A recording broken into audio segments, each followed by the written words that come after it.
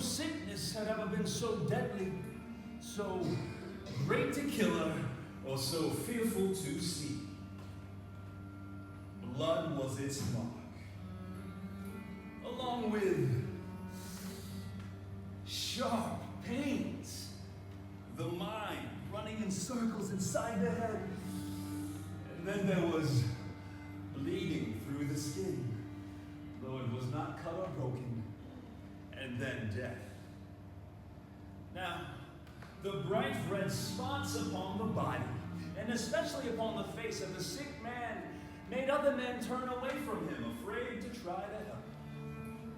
And the sickness lasted from the beginning into the end, no more than half an hour. But when Prospero, the ruler of this land, saw that half the people of his land had died, he called to him 1,000 healthy, happy friends, and with them went to live far away in one of his palaces.